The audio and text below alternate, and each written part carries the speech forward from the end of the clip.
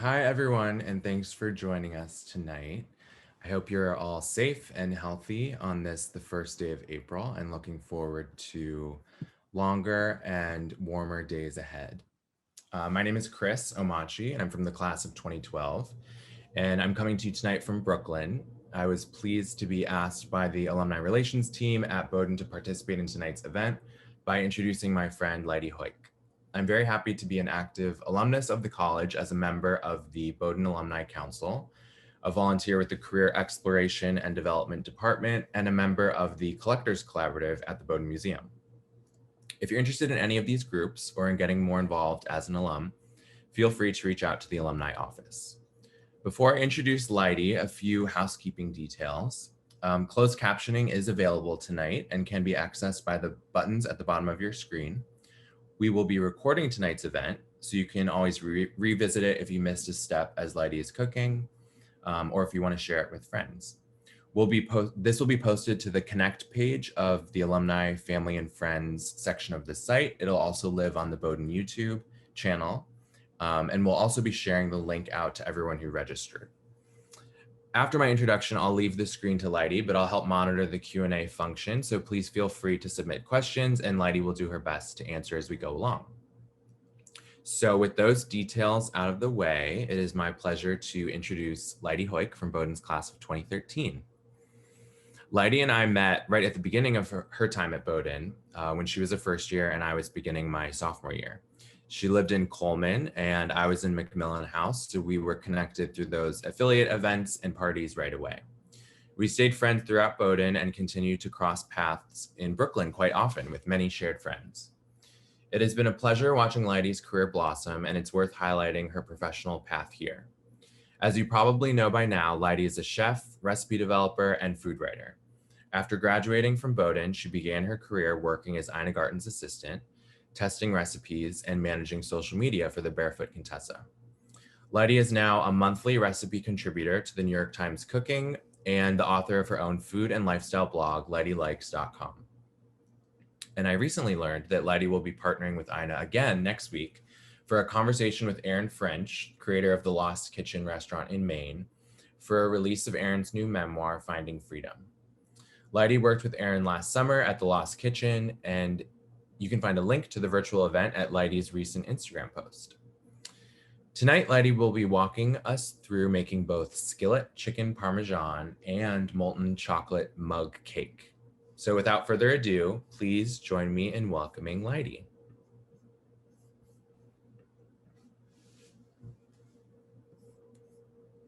Oh, I think you're still muted, Lidey. And I'll be in the Q&A section. Chris is going to be making sure that that doesn't happen, and also that my head's not cut off. Let's see. Okay.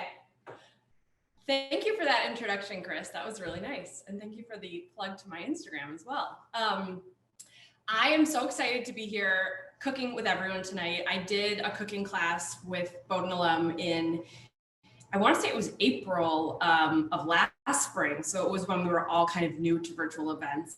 And I've done a lot since then. And it's really fun to get to do another one, and to have it be just a fun one with Bowdoin alum is like a little bonus. So I picked a recipe tonight that I thought would be fun for both students and alumni. It's chicken parm. Who doesn't love chicken parm? I think that people think chicken parmesan is harder to make than it is, or more complicated. And it's actually really easy to make at home. You don't need any special equipment. You don't need any special skills. I will say it makes a big mess, and that's kind of part of the fun and why I thought it would be fun for a cooking class, but it's really something that everyone can do, and it has few ingredients, which is nice as well. So I'm gonna be walking us through the recipe step by step, and then at the end, I'll show you, for those of you who don't have an oven, who may just have a microwave, I'll show you my little molten chocolate mug cake, which I have to say I'm very glad I didn't know how to make in college, because it's so easy and so good, and I feel like I would have been eating mug cake every night in my dorm room. So as Chris said, just to go over it one more time, if you have any questions throughout the class, just put them in the chat and he will read them out loud to me and we'll get them answered. And questions about the recipe, questions about Ina, questions about the weather, questions about whatever you want. I like to keep these kind of fun and informative. So I like to keep them coming as I cook along. All right. Oh, and my final thing I always say, because it's Thursday and it's 7 o'clock, I have a little glass of wine. I hope you'll join me, and cheers to Bowdoin. All right, so if you haven't already, preheat your oven to 375 degrees. We won't need the oven till the end of the recipe, so don't worry if you're just preheating it now. Basically, this version of chicken parm is kind of a shortcut version that works really well for home kitchens and for a family or for 4 people. It doesn't make like a huge vat of chicken parm. That said, you could absolutely double this recipe and do it in a big pan. I just find that this is a great way to make it when you want to make it on a weeknight or you don't want it to be like a huge production. So I'm starting with 2 boneless, skinless chicken breasts, and these are about 10 ounces each. They're not huge, but they're also not tiny. I feel like if you cook with chicken a lot, you know that often chicken pieces are just enormous. So we want to avoid those because they tend to have a lot of added water and just be a little bit too unwieldy to work with. So a nice sort of medium size is perfect for what we want here. And there's gonna be a lot of hand washing as we do this part, so bear with me. But we're gonna start by just patting our chicken breasts dry with paper towel on all sides. And then we're gonna put them on a cutting board or another flat surface that is pretty sturdy, and you'll see why. This is one of the reasons that I was excited to do this recipe, because it involves banging chicken with a meat mallet or a rolling pin. So this is a meat mallet, kind of like a gavel with little metal on the ends. This is great, but you don't need this. A rolling pin is just as good. And if you don't have a rolling pin, this is honestly what I use sometimes. This is the jar of marinara that we're going to be using later. It's just a big, heavy jar. Anything kind of heavy and sturdy will do. And we're going to have the parchment paper. So we want a sheet of parchment paper. It doesn't really matter how big, just big enough to cover the chicken. So we'll cover the chicken, and then we're going to use our tool of choice. Maybe I'll use the jar just so you believe me that you can use the jar. And we're just going to kind of whack and flatten and pound the chicken until it's about a ½ an inch thick throughout. And we really want to kind of err on the side of smaller. So less than ½ an inch is fine. And you might not be able to hear me that well. But we'll just get started.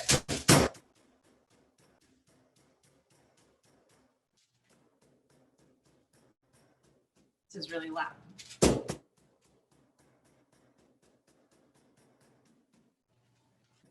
That does work, but I feel like this might be a little bit less loud, so I'm just going to spare you.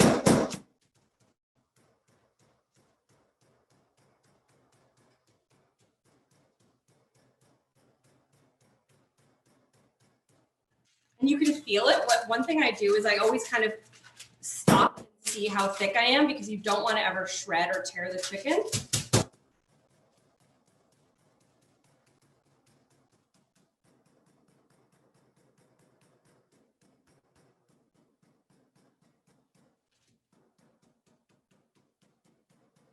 Honestly, I am going to mute this. I feel like the neighbors are going to file a complaint.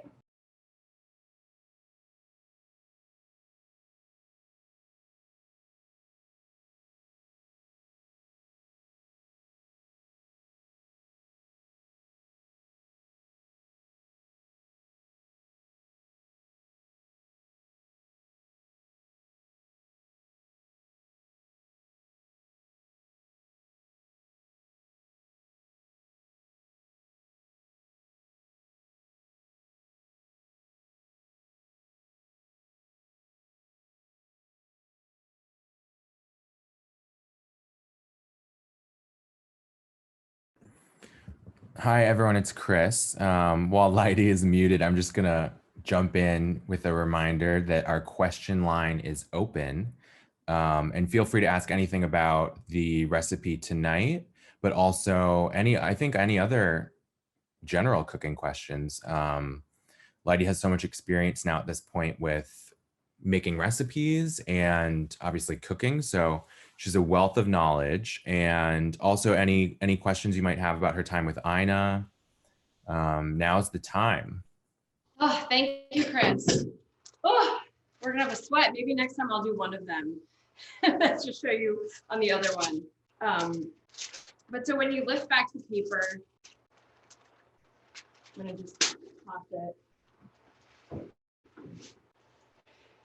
You can see, and I always kind of cheat and feel, and you can even like lift up the paper and peek, and it should be about a ½ inch throughout. The nice thing about this recipe is it's incredibly forgiving. So if your chicken's not completely perfectly even, don't worry at all. It's still gonna come out great. It's gonna be covered in marinara sauce and mozzarella cheese. So this isn't like a beauty contest type of recipe. So now that my heart is pumping from the workout I just did, we're gonna cut each of these halves, breast halves, in half. So we have 4 pieces. And by pounding chicken, you're really increasing the surface area. So you only need 2 breasts for 4 servings because we're gonna pound these into such thin cutlets. So I'm just gonna kind of estimate and just cut both of these in half. Lidey, while you're cutting that, we have our first question. Oh, great. Someone has remarked on really loving your wine glass. Oh my gosh, thank you. Where is it from, and where might she be able to buy it? It is from food52.com, but it's made by someone else, but they have these great, I'll actually show you with clean hands. This is a total diversion, but I really love them. They have like a big size too, and a middle size. I have all 3, and I use them for different things. And they're cheap too, so you don't have to worry about breaking them. Anyway, I wish I sold them now. But yeah, they're great glasses. We have another good question that relates to what you're doing right now. Okay. Do you rinse your chicken first? I know that's a touchy subject. That's a great question, and I'm sure that someone will disagree with me, but I do not rinse my chicken first. And I have been taught by Ina and by other chefs that when you wash chicken at home, you're just getting germs all over the place, and you're getting water all over the place. And if you're buying good quality chicken, you don't need to wash it. You just need to pat any juices dry, because it's not packed in water. Any kind of moisture in there is just sort of should be juice from the chicken, and we're going to be cooking it anyway. So no, I do not. I pat it dry.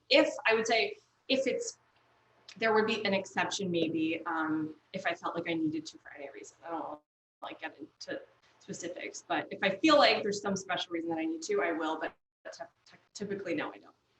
Good question. All right, so I got my 4 pieces pounded and patted dry, and I'm just going to sprinkle liberally with kosher salt and black pepper. Lidey, what would be a great appetizer for this meal? Ooh, I might go kind of light on the apps, because this is kind of like a hearty comfort food. I might do some like nice Italian appetizers, maybe some like marinated olives, and I guess this isn't really light, but maybe some like cured meats, a nice little board, but I wouldn't go like too heavy on the appetizers for the main event.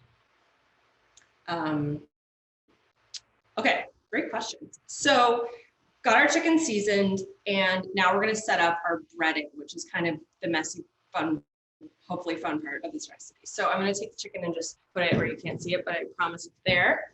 And we're gonna grab some plates. Preferably you've got something with a lip or a rim or an edge that can contain what we're gonna put on it. If you don't, a large kind of shallow bowl will work too. Anything that's not too deep and also has a nice amount of surface area is ideal.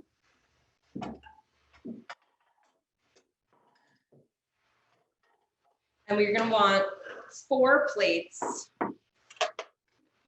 It's back here. Lidey, we have one more question. Yes. How do you feel about using chicken thighs for this dish? I think that would be great, as long as they're boneless, skinless chicken thighs, I think that would be delicious. I love chicken thighs. They have a lot more fat and a lot more flavor. I will say that this is a great way to make boneless, skinless chicken breasts really delicious. So I do mostly use them. So let's see, you can't really see my top plates here. I'm gonna move around a little bit just so you can see. The last plate is where I'm just gonna put it when it's finished, so it's not so important. Okay, so on plate number 1, we are gonna do flour. I have amounts in the recipe, but I will say they're not super important for this part of the recipe because we just want sort of a generous amount that will help us get a nice coating on the chicken. So I think it's like half a cup of flour in the recipe, but I'm gonna eyeball it. And if you ever, feel like there's not enough of the flour or the panko, you can always add more. So to our second plate, we're gonna do 2 large eggs cracked, and I crack them right onto the plate and we're gonna whisk them, but if you feel more comfortable, you can crack them into a little bowl and then whisk them and then put them on the plate.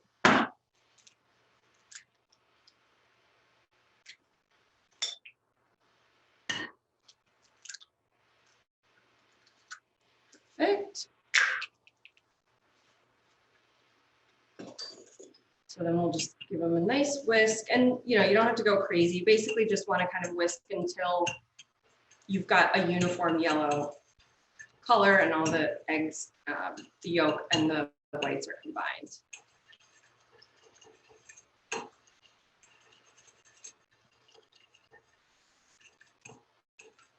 And you can kind of tell when you're whisking eggs when they start to loosen up a little bit, and that's kind of what you want to look for. Lidey, we have a couple questions about ingredients that you're going to be using, not right now, but soon, but I'm going to ask them in case we have questions coming in. So the first one is, what is your go-to pasta sauce? Oh, such a good question. I have such a good answer. My go-to pasta sauce is Rayo's, which I'm going to be using tonight. I think it's just the best. It's like a little bit more expensive than some other ones, but it tastes homemade. Like to me, it's worth it because it's so perfectly seasoned. You put it on anything and it's absolutely delicious. So definitely Rayo's. Yeah, that's my answer. I love that too. And then, how do you feel about gluten-free flour with this recipe? Okay, well, I actually was going to bring that up when I was breading because I tried this recipe with gluten-free flour and gluten-free panko just to make sure.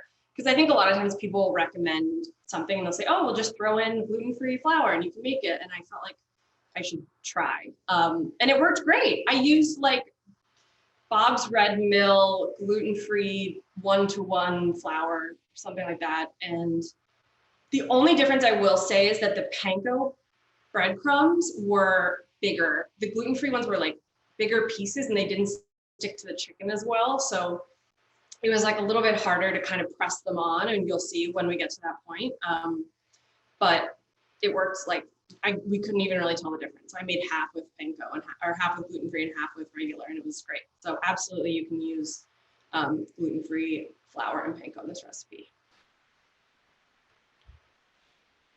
Is that it for now? Thank you. Yes, that's all we have for now. Great.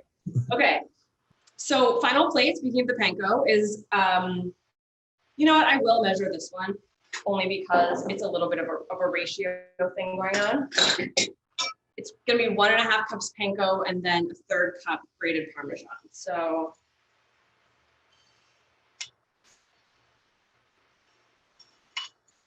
I think that's about.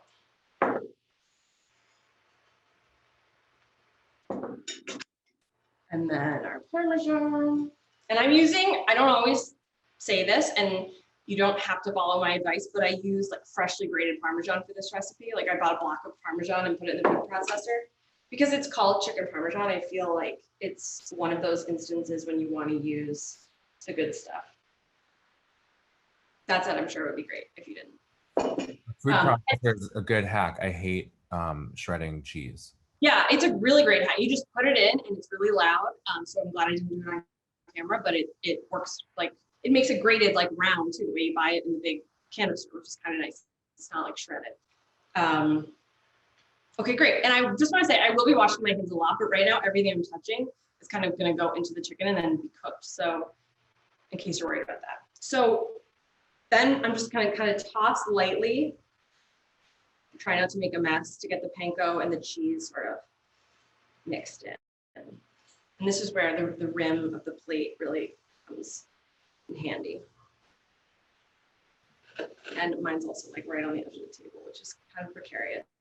So here's a tricky thing, and we're gonna try to do it. And if we don't do it right, I might not do it right. It doesn't matter. But when you're breading chicken, pork, anything, it's helpful to try to keep one hand dry and one hand wet, because otherwise things start sticking. And I always forget, and I'm sure I'll forget and get mixed up this time because I'm also looking at the camera, but it's just an easier way, especially if you're doing more than 4 pieces, to kind of keep things clean and neat and end up with a nice coating. But I'm just going to go for it and we'll see how it goes.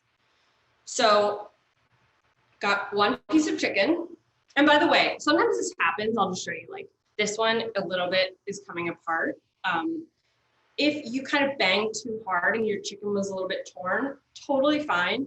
Just sort of, you know, push it back together and bread it like it didn't rip, and it will be completely fine, because that does happen depending on like what tool you're using. So I'm going to go right in the flour. I'm going to use my left hand, and I'm going to kind of, you know, push it around, press lightly. We basically want like a nice even coating of flour, but not a ton of extra flour. So after it looks nicely coated, I'll just kind of give it a little shake like that. And then, ready, into the egg, and do kind of the same thing. Turn it over. And the nice thing about this is I can see where the chicken hasn't touched the egg. I can see that it's flour. So I can sort of cheat and make sure that all those areas get coated with egg. And then flip it back over one more time and just make sure that side looks good. And then kind of, you know, do the same thing we did with the flour and just make sure any extra drips off. And then into the panko, and then back to my left hand. And this is sort of my little special technique. I like to kind of heap a little bit on top and then press. So you've got like some breadcrumbs on top that you're pressing in, and then the ones on the bottom are going to stick as well. And then once you've done that, you can kind of flip and repeat, and kind of keep doing that until you've got a really nice coating on all sides and edges. And again, you can see here, I'm going to cheat a little and use my hand because I'm too impatient. And this is why I never stick with it. But you can see when it's really coated, and kind of just keep going. We're going to shake off any extra crumbs, so it's fine to like kind of just press them on.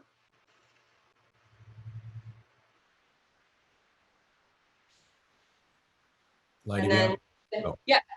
We have a couple more questions whenever you're.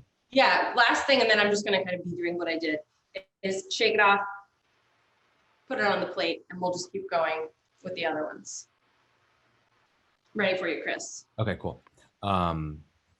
This one is again about sauce. So okay. one of our guests likes to make tomato sauce, and he's wondering if there's a rule of thumb on how to keep the sauce from becoming too acidic. I mean, I know that traditional marinara and tomato sauces have a little bit of sugar in them, and I think that that is in part to balance the acidity from the tomatoes, because it sounds odd that you would have sugar in a tomato sauce, but I think that little bit of sweetness tempers it. I mean, I think generally kind of the riper the tomato you're working with, the sweeter the sauce is going to be. So if you don't want it to be too acidic, I would say, you know, use a riper tomato than like, you know, a plum tomato, which is kind of the traditional sauce tomato. I would say additionally, you know, I always add like red wine. I add acidic things to my tomato sauce because I do like it to be acidic. So I would say maybe don't do as much of that if you're concerned. And finally, like adding other flavors like aromatics, herbs, garlic, onions, things like that will add depth of flavor and really help kind of take down that like forward acidity note in the sauce. Now you can see what happens when you don't do the one hand because I'm just covered in crumbs, but that's okay. Someone actually said, thank you so much for the dry, wet hand tip. Yeah, I know I'm following my own advice, but it does work. And then another guest is curious about Lost Kitchen, about your time there and what you were doing when you were there.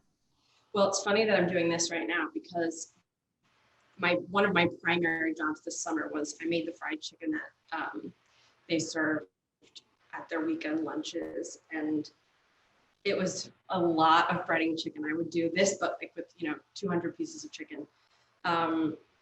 It was great. It was really fun. I was working in the kitchen, and I did a lot of kind of prep work because I was, very much the newest, kind of least experienced cook in that kitchen. So I did a lot of like getting oysters ready and, taking orders of these beautiful lettuces that they would get and kind of prepping them for the salads. And I did a lot of that kind of stuff to get ready, get ingredients ready. And then I also did, food on the line. We would do these lunches and I would, make a bunch of the dishes. It really, it's a small restaurant. And part of the reason that I wanted to work there is because it's a small team and everybody really does a little bit of everything. So you get to kind of see more sides of a restaurant than you typically would. So it was a lot of fun. It was an odd summer with COVID. I'm sure, for a first restaurant experience, it was not typical, but I actually really enjoyed having somewhere to go and get out of the house and go do something and be around new people was like very welcome for me by that point. I could go on and on all day about that, but I feel like that might answer the question. So again, just shake them off. Last one. Are there any more questions for now, Chris, or should I keep None for going? now. None for now. Because I was just going to say that this is the method, same method you would use for like a chicken cutlet or chicken Milanese or chicken schnitzel. Like there are so many different kind of breaded meats, and same goes for pork or veal. But once you know this simple method, you can really make a lot of things with it, which is kind of a fun thing to know how to do. And as you can see, this is really, it's really easy. All right. So almost done with the messy part. And then we will get to the fun part. And then there are crumbs all over the place. I have a question actually, Lidey. Yeah. I know you live in New York and there's so many great options for takeout and dining in, and even now with COVID, eating outside at amazing restaurants. How often do you cook at home versus ordering or going out? Oh, that's a good question. It really depends kind of on what I'm working on at the time. Sometimes, like right now, I'm working on a bunch of recipes, so I'm kind of cooking all day. So we do eat a lot of takeout because it's just like, you cook all day, you do the dish 3 different times, and you don't want to make a mess again. And like this week, I'm working on a bunch of cake recipes, and so it's not really even food that like you can really eat for dinner, though I certainly have. So we do eat takeout, I would say a fair amount, but then also I love cooking. So I feel like there are times when I just want to eat home cook. Like even if it's super simple, I would rather just make something simple at home than order takeout. And I think that's probably because I haven't lived in New York that long. So I'm still not like that used to the takeout thing. My first like instinct is always just, what could I make that's really easy? Because for so long, for 6 years, I lived in the Hamptons where there was like one pizza place and not really like any other takeout option. So I was not used to even having that. All right. Now I'm going to wash my hands, and you should too if you're cooking with me.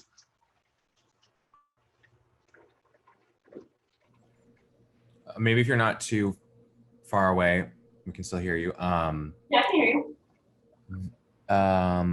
Going off of our previous discussion about Lost Kitchen, I think I mentioned this in the intro, but the April 6th Zoom event. Yes. Can you remind us about that? Yeah, I'd love to.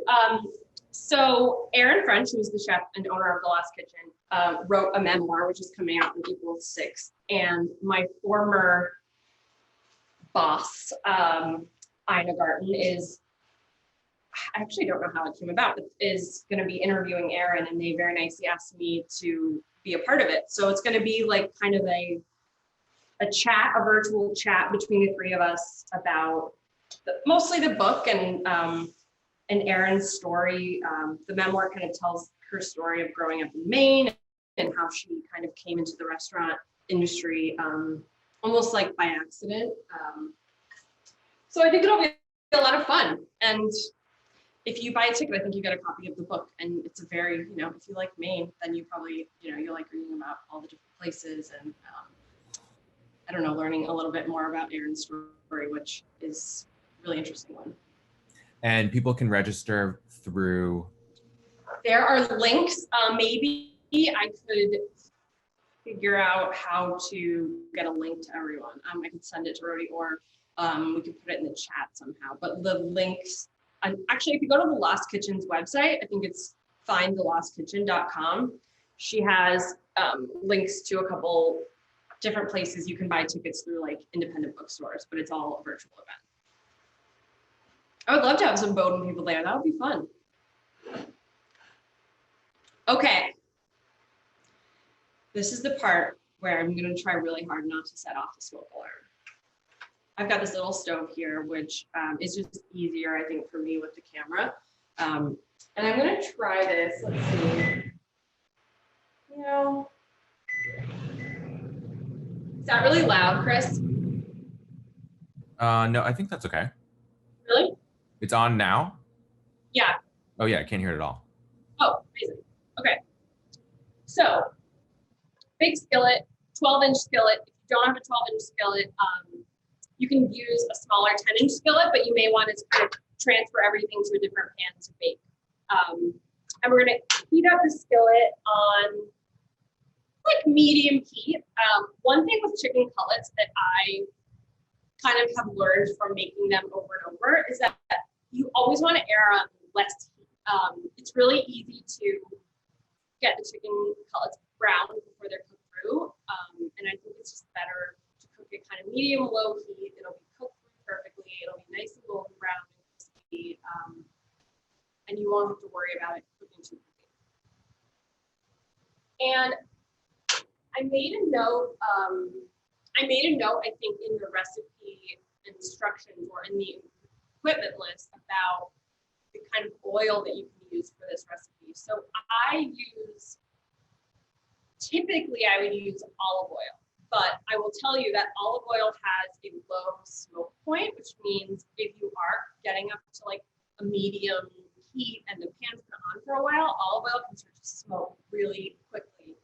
And I don't want to set off the smoke alarms, and I don't have like a real hood. It's just like a recirculating fan. So I'm going to use canola oil, or you can use grapeseed oil, vegetable oil, any kind of oil that can really like take a higher heat. It doesn't have the same great flavor as olive oil, but this isn't really a recipe with subtle flavors, so I think it's totally fine. Lidey, I think the fan might be slightly affecting the sound. Okay, I'm just going to try it. I think it'll be fine. Yeah, I think that's a little better. Yeah, it's really loud for me, so. So that's great. All right, so another good rule of thumb, just a little tip, is that you always want to heat your pan before you add your oil instead of adding your oil to a cold pan. That's a way you can burn olive oil really quickly if you just put it on and walk away. So what I like to do, and I keep adjusting this because it's a little finicky. What I like to do is add the oil, and then right away I'm going to add the chicken. Okay, so this is another good eyeballing kind of part. I'm going to probably do like 3 tablespoons about. You just want like a nice kind of, I wouldn't even call it 1/8 inch thick, but you want a nice coating, and you can see immediately. I don't know if you can see, but this oil's hot, and that's what we want. And I'm going to take 1 piece of chicken, and you should hear a sizzle. And another piece of chicken. I'm going to do 2 at a time. If you're at all worried about this, you can do 1 at a time, or if you have a smaller skillet. And basically, I'm just going to press as this cooks, kind of making sure that that coating really is making good contact at the bottom of the pan. And if you have a slightly uneven situation, you might want to swirl a skillet just to make sure that that oil gets nicely distributed. And this is also a really easy recipe because you can peek. You don't have to worry about anything sticking. And I do like to peek because, as I said, you know, it's hard to know the longer that the pan is on the heat, it can get really hot. So you probably will need to turn it down to a low heat at some point just to avoid overcooking or getting the crumbs too brown. So this should be about, I would say like 2 minutes. It's pretty quick, 2 minutes on each side. And that's part of the beauty of pounding the chicken breast so thin is that they'll cook like really quick.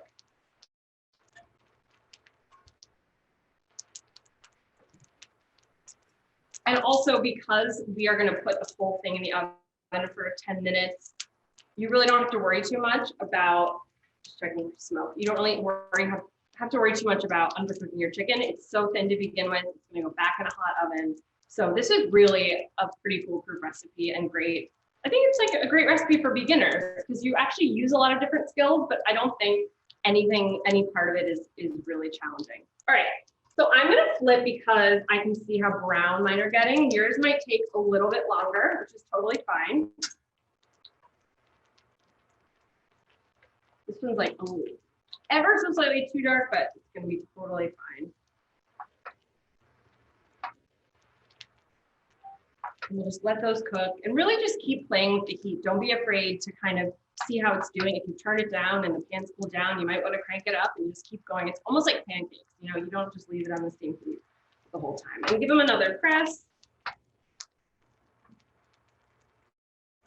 And while this is sizzling, I'm just going to grab one more plate so that we have a plate for our finished chicken breast.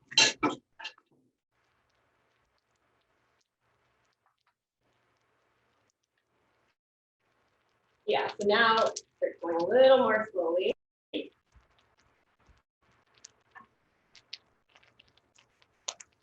Ooh. Another way that I really love to serve chicken like this is if we just forgot about the whole Parmesan, we stopped here, and then I would do like the big arugula salad on top of shaved Parmesan. It's kind of like the traditional Italian chicken Milanese.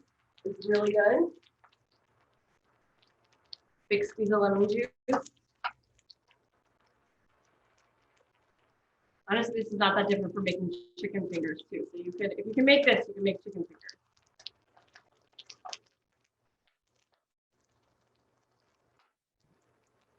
I'm just swirling the pan just to make sure, because my oven's a little bit uneven, just to make sure that everything has got a nice amount of oil under it. And if at any point your pan seems dry, just add a little bit more oil. Looking good. Okay. These are looking perfect on the bottom to show you. Nice and brown.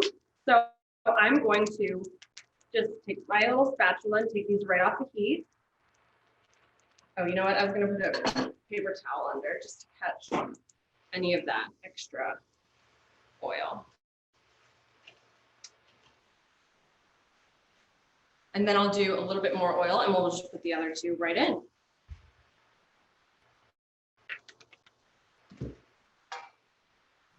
I have to say, I'm really glad I did this with the canola oil. It's a lot, there's no smoke. Normally when I make this, it's really smoky and this is a lot easier. All right, so we'll press these. And I'm gonna kind of walk away. I'm gonna wash my hands one more time because I'm gonna be done with the raw chicken. And I wanna hit those cooked chicken pieces with a little bit of salt. So let them do their thing. We'll be done in about 2 minutes. We have a couple more questions, Lidey. Great, bring them on. Oh, first, I just want to say that we put the link for the Lost Kitchen event in the chat. And then also, these two kind of go well together. Lidey, how did you land the New York Times gig and what does that entail? And then sort of going off of that as well, what are your ultimate plans and dreams for your future career path? Such a big question. I wish I knew the answer. I'll start with the easy one. And I'm going to keep track of my chicken. Actually, this one's going pretty quick. And just one more note, and then I'll get to the questions. You can see when you're cooking a thin piece of chicken that the side of the chicken that is in the skillet, the sides turn white and it starts rising up to the top where just the top is pink. And that's how you know it's a good time to flip it. This one's beautiful. Look at that one. And this one, I'll give another little push. So the New York Times, I started doing before I left my job with Ina, and it was actually really great because it was a big deal and exciting, and I felt like I could go off on my own. It kind of gave me the confidence to do that. I really just was put in touch with an editor through someone who I knew through my job with Ina, and they were looking at the time to expand their recipe database. And New York Times, the app was pretty new at that time. It was the spring of 2019, so it wasn't that long ago, but they've really grown a lot since then. So they were looking for, different perspectives, different people. They kind of wanted a big mix in terms of who was contributing recipes, and they really gave me a chance because I had been doing recipes on my website, but it was, they were just my recipes. It wasn't like I all this professional experience doing recipe development, I guess, except for Ina, but not on my own. So yeah, and they basically, it's sort of a seasonal, hold on, turn this down. Kind of a seasonal type of freelance job where basically they'll be working on recipes for spring and they'll say, can you send us some ideas? And so I'll send some ideas, and then they kind of take a look at all the ideas and decide what they want, and then I'll work on the recipe at home and send it in to them, and then they have, we're getting smoky. I really hope. I think we're okay. They have a recipe tester who then tests the recipes, which is the best part for me, because usually when I do it for my website, it's just me making them. And I kind of have to just make it a bunch and go with my gut and think that it's perfect, but it's really nice to have another cook make it and have questions or comments and, sometimes say, oh, this one's really good. And that's a great feeling. And then they have a photographer take a picture of it. Someone, I guess a third person makes it in their studio and they take a picture of it and put it on the site. And I think I've done like 50, 60 recipes for them. So it's been a lot of fun actually. And it really gets me to make things that I might not ordinarily make because it's a really, it's a much broader audience than my tiny little blog audience. So yeah, that's been a lot of fun. And I don't know what my hopes and dreams are. I mean, I really want to write a cookbook, and I will write a cookbook. It's just really, I'm not totally sure when I'm going to feel ready. And yeah, I mean, I love working in food. I love working with people. And I think one thing I miss about, or one thing I don't love about recipe development and the kind of work that I'm doing now is it is a lot of solitary work. It's a lot of me in the kitchen, and I miss that kind of team feeling.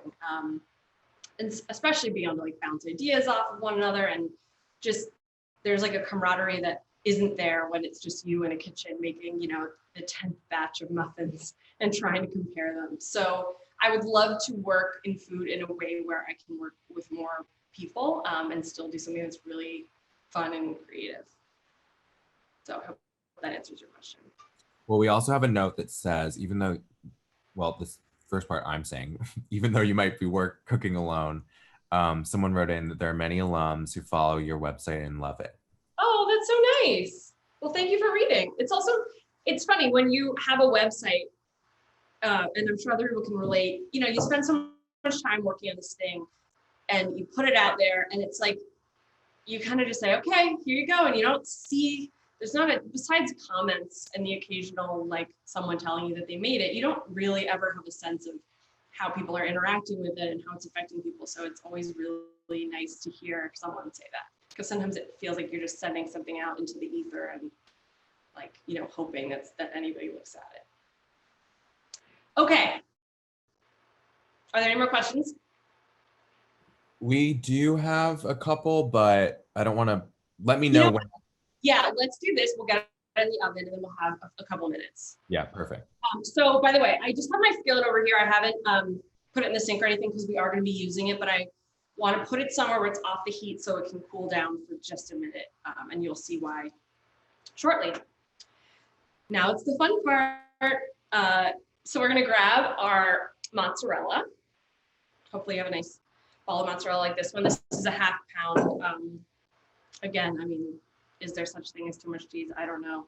8 ounces seems to be perfect for this recipe, and they usually do come in 8-ounce balls. So I'm just going to use a serrated knife, which has the little teeth on the bottom for to slice the mozzarella thinly. And this is also what you would use to cut a tomato or sliced bread. Just makes that sort of slicing, sawing motion easier. So I'm just gonna go kind of as thin as I can without shredding the cheese. So it's gonna be about, I don't know, somewhere between 1/8 and 1/4 of an inch.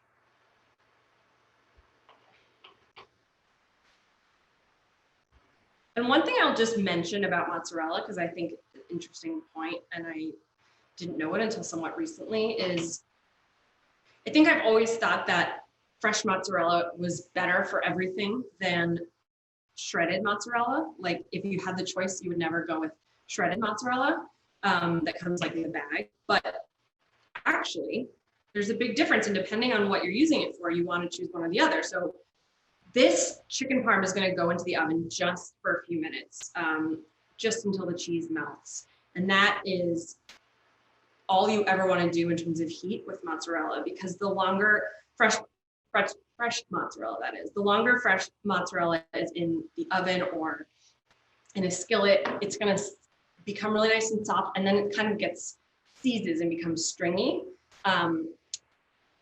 Whereas if you have shredded mozzarella, that doesn't happen. And that's great for like any kind of casserole or anything that's like, you know, going to go into the oven for 40 minutes. That, because it's called low moisture mozzarella, it's just a lot kind of more flexible. And I also think, you know, you pay a premium for fresh mozzarella, and so you really don't need to use it for something that it's going to be in like a big cheesy pasta casserole.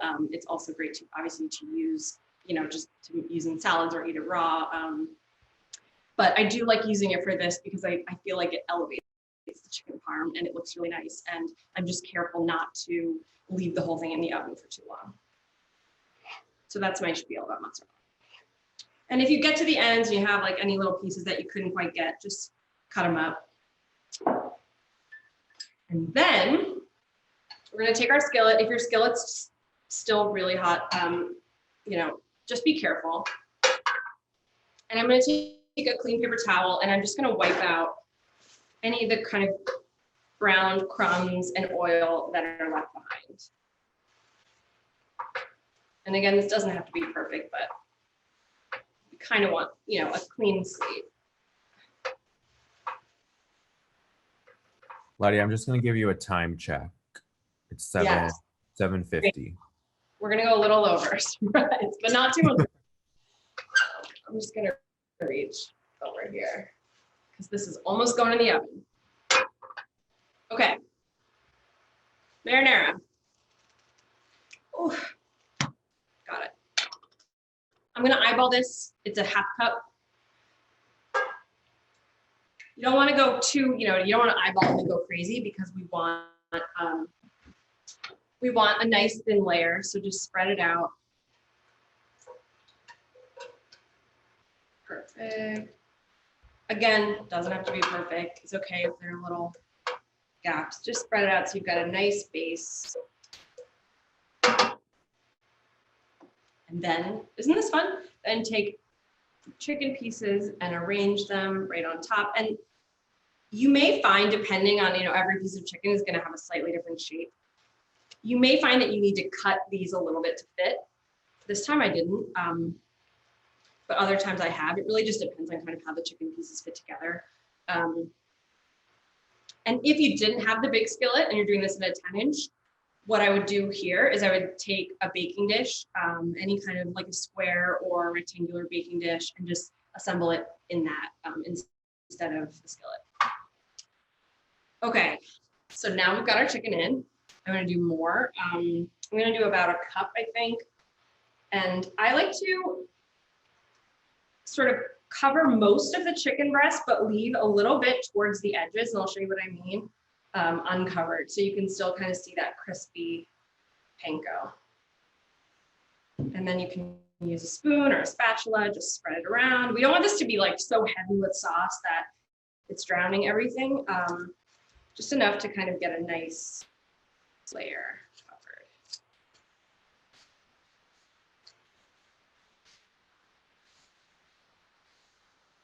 And if you like it really saucy though, you know, add more.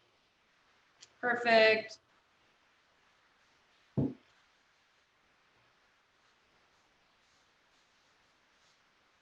Okay. We are almost done. Then we're just going to take the mozzarella slices and kind of spread them around.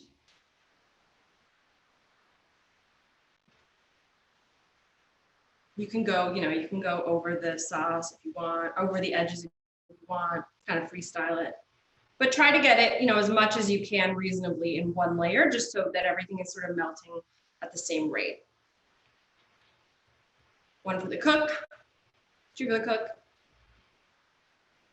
And then the Parmesan, we're gonna do a 1/3 cup and just sprinkle it right on top.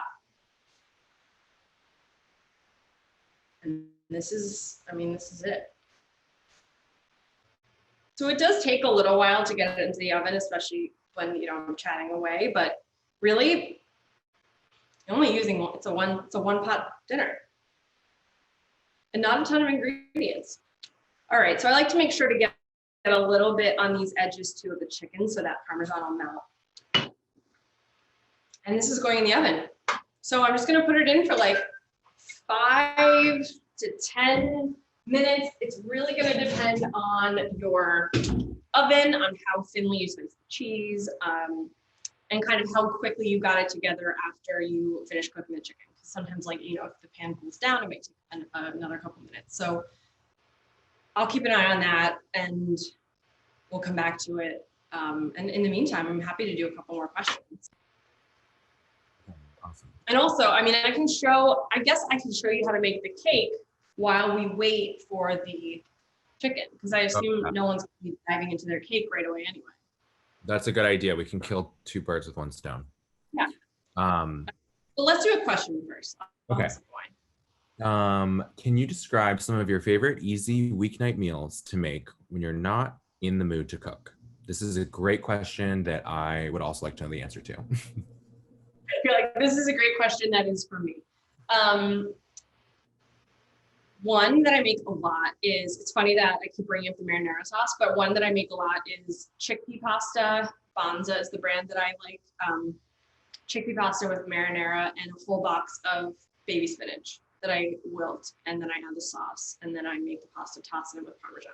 That's like a good one because I have most of the stuff. I just get a box of baby spinach. It's really fast. It feels sort of healthy because of the chickpea pasta, but it also feels like really comforting.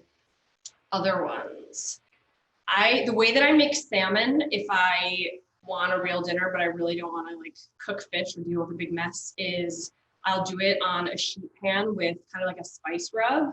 And so I'll put some spices in a bowl. I'll do like chili powder, paprika, a little cayenne, some brown sugar, salt, black pepper, mix it around, pat it on those pieces of salmon, put it in the hot oven for like, I don't know, 13 minutes. And it's absolutely delicious. So easy, no skillets, no frying fish in an apartment. I make that a lot with just like simple vegetables on the sides. And one more I'll give you is chicken sausages, the kind that you buy raw, like Whole Foods has them. A lot of places have them. Usually kind of like the more, I don't know, like smaller markets have them. They're not the pre-cooked ones that are like with the brats and hot dogs. I roast those at a high temperature, like do like a sheet pan, and I'll throw some other vegetables on there, or I'll make like a big salad and have the chicken sausage with a ton of mustard and sometimes potatoes or something. Those are 3 of my go-tos, or just scrambled eggs is really another one. I end up doing breakfast for dinner quite a bit. Eggs feel like a good dinner. one comment that one of our guests said, last night I made your chicken pot pie with cornbread biscuits recipe and it was excellent. Oh, that's such a great recipe. Talk about a project. That one is a project. That's like another kind of skillet dinner, but it's a chicken pot pie with like homemade biscuits on top that have cornmeal in them. So they're kind of like cornbread biscuits. And then someone else says that they love your rigatoni recipe for an easy weeknight dinner. Thank you so much. I think I know the one with the sausage and broccoli rabe and chickpeas, maybe. Or chickpeas, yeah. Thanks everyone. This is so nice. I guess I'll show you how to make the mug cake, and I'll have cake and then I'll have my dinner, and it'll be a great day. Let me just kind of clear the decks here a little bit. So this recipe is kind of crazy, and I actually didn't have a microwave. I haven't had a microwave for years until I moved into this apartment recently. So I was not able to make it, and I didn't even really know it existed. But now that I have one, I've made it a lot, and it's kind of a problem because it's really good and it makes like a huge portion for one person. So the deal is this is a 1 mug cake. Truly, I'm just gonna whisk some ingredients together in a mug and microwave it for like 70 seconds, and it's gonna be chocolate cake. I have no idea. The baking powder, I think, is the magic ingredient here. So basically, and this is chocolate, but there's all different kinds of these. If you think this is appealing, then you can make like any flavor. But basically, you're just gonna get all of our ingredients here. And I'm keeping an eye on the time with my chicken parm, because again, I don't want to get too toasty. Flour, got it all here, baking powder, salt. So we're gonna start with 4 tablespoons flour.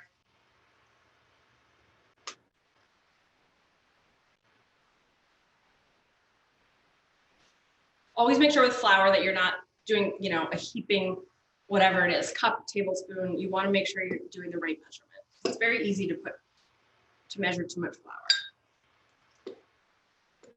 And this is a method I'll show you. You probably were wondering what I'm doing. You kind of, whether it's like a cup measure or a tablespoon, you can kind of lift the flour like this in the bowl, and it kind of lightens it. So you're getting sort of less, you're not like packing it in. You're just almost doing the complete opposite. Lightening it up. And then we're going to do 3 tablespoons granulated sugar.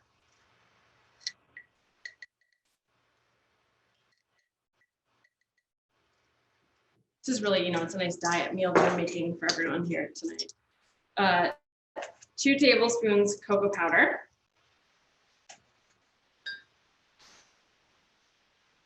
And then I need some milk.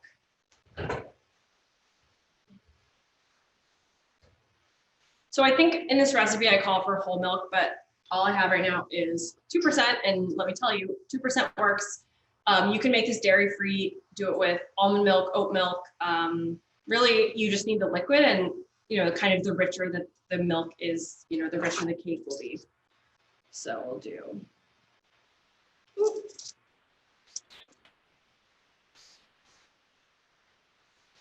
4 tablespoons.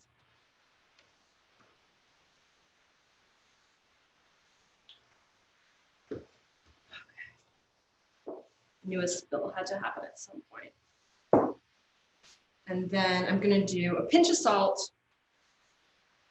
Always salt in sweet things. And then quarter teaspoon of baking powder. And just whisk it up. It's going to be a little lumpy at first. There's really not much to show you, but I'll try to show you. We have a question about the chocolate. Yeah. Is the chocolate powder Dutch processed? This one, I don't think it is. And I have to tell you, I'm not particularly picky about cocoa powder. I feel what does that mean? Honestly, it's the Dutch process. They make it in Holland. I don't know. We should Google it. Yeah. I think as long as it's unsweetened cocoa powder, it's gonna work fine. And I use like, this is the Whole Foods one. I use it for everything. Never had a problem. Stumped me. And then another, I've been waiting to ask this because I'm so curious and I have so many thoughts too. What were your favorite restaurants in Brunswick? Oh, that's such a good question. All right, hold on, let me check. We're getting close here. You can tell, by the way, you can tell when it's melting when the kind of the round slices are sort of, no longer round. So we're like, a minute or two away. Favorite restaurants in Brunswick? Well, I feel like a lot of them closed kind of towards the end of my time there. Like was it Backstreet Bistro? Was that one? Yeah, that was early on. Clementine was good. Trattoria Athena by the end was like, I always thought that was like the best restaurant, like fanciest. I mean, I loved Frontier. I love the space at Frontier. I loved El Camino. Street in my head. Which one? El Camino. El Camino. Oh my gosh, that's where I had my 21st birthday. That's where I had my first drink ever. Oh. El Camino is the best. I can't believe I forgot El Camino, and I'm very sorry that it's no I wonder longer. if I think that's still there. I don't know. I think it is. I feel like I was in Maine this summer, and so whenever I had the opportunity, I would like find a reason that I needed to go through Brunswick, and I don't think it was, but if someone knows any differently. Yeah. Okay, 3 tablespoons oil.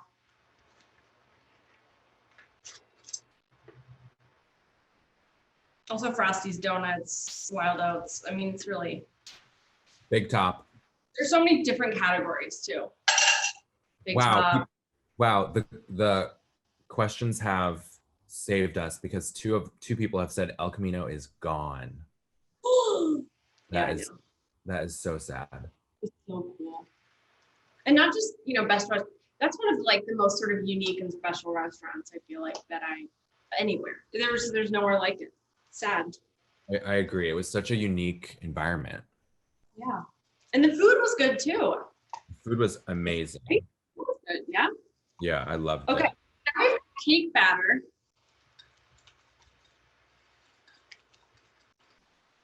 Pretty thick. So I'm just gonna kind of get it off my whisk here.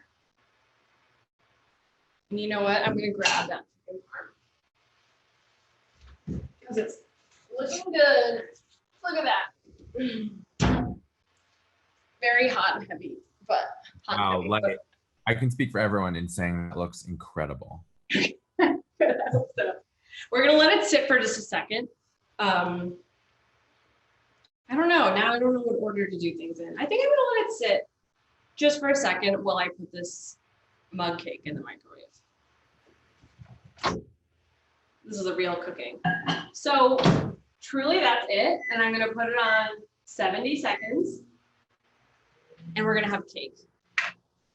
And you can put ice cream on it. You can also, I'm in the recipe for those of you who want to try this. You can put like a tablespoon of peanut butter, Nutella, you can put some chocolate chips in there. You can put like any kind of delicious thing you want to add. Is really good because you kind of get to the middle of the cake and there's like a nice little pocket of Nutella, which is really good. I just made this classique, but I usually put a little peanut butter, a little something, and it's really good. So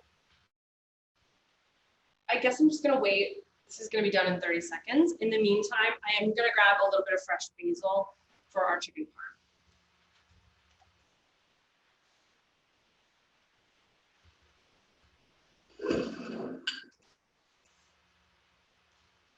Trattoria Athena's gone too. No, really? Yeah. This is awful. A lot's changed. Was good too. I went there. I feel like I went there. Did I go there this summer? There's a new pizza place that was good. Oh. Okay. Portland Pizza Company. All right, folks. You grab a spoon. I'm really doing this backwards tonight.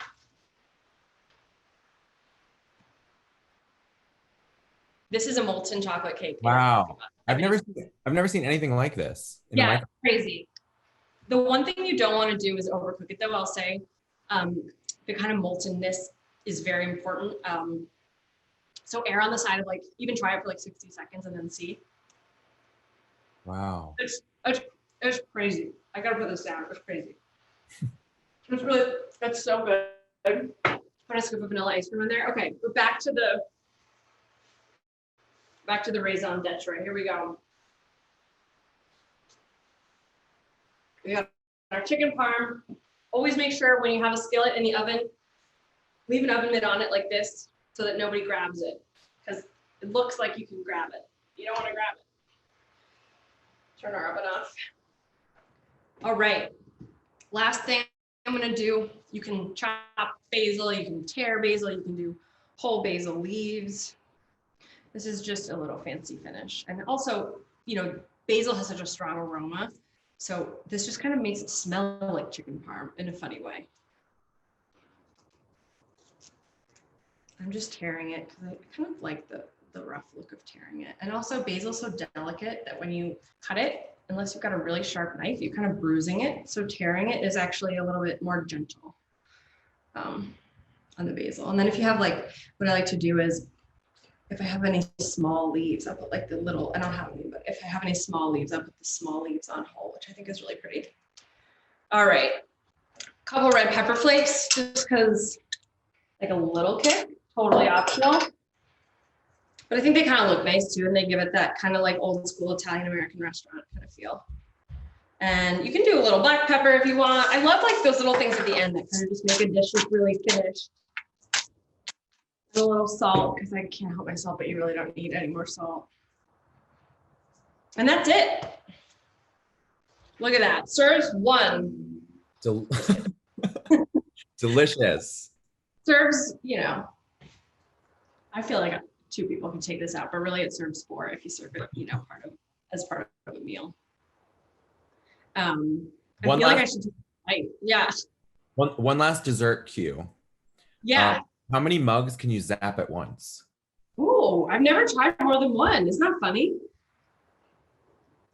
I'm gonna try that. I feel like definitely you could do 2. I wonder if it would start to kind of make them cook unevenly, and you may have to do it. I don't know. I feel like, because if you want to make this for more, you really want to serve it fresh out of the microwave. So you don't want to let it sit too long. So I do feel like it would be worth trying. Maybe I'll try that. Yeah. And just see. And you know what? One more note I do want to make on the mug cake is that this is a big mug. This is a 16-ounce mug. It's not like enormous. This is my normal coffee mug size, but don't use like those little coffee cups. Yeah. Because that just won't go very well. You have a mess in the microwave. You want to use like a big mug that can contain the cake. It looks great. Well, I think that's it. I mean, I wish I could see you all. We could just dig in together. But I hope everyone had fun. I hope everybody could follow along who wanted to. And now you got dinner. So. Oh, sorry. One last. Is there a link for these recipes? Yes, we are going to send out this video from tonight, and then I believe you should have received the recipes with ingredients ahead of this Zoom via email, but maybe we can include that again in the follow-up. Oh yeah, and I just one more note. I know we're leaving, but just to serve, I would use a spatula and kind of break them apart and put them on a plate and make sure to kind of spoon any of that extra sauce along with it. Thank you, Lidey. Over 8:10. That's pretty good. Yeah. You can make a lot in an hour. Well, I hope that everyone enjoyed this again, and I certainly had fun doing it. And if anyone does make either of these recipes, have made them tonight, or you make them in the future, send me a message either, I don't know, through my Instagram or my website. I'd love to hear from you. Thank you to Chris also. Your moderation was excellent. I mean, I think maybe we have something here. We should take it on the road. Great, and I feel like I'm cooking with you, even though you're not here, which is nice. Well, thank you so much, Lidey. Yeah, thank you, everyone. Thanks, Brody, Alumni Relations. Love you guys, and I'll see you all soon.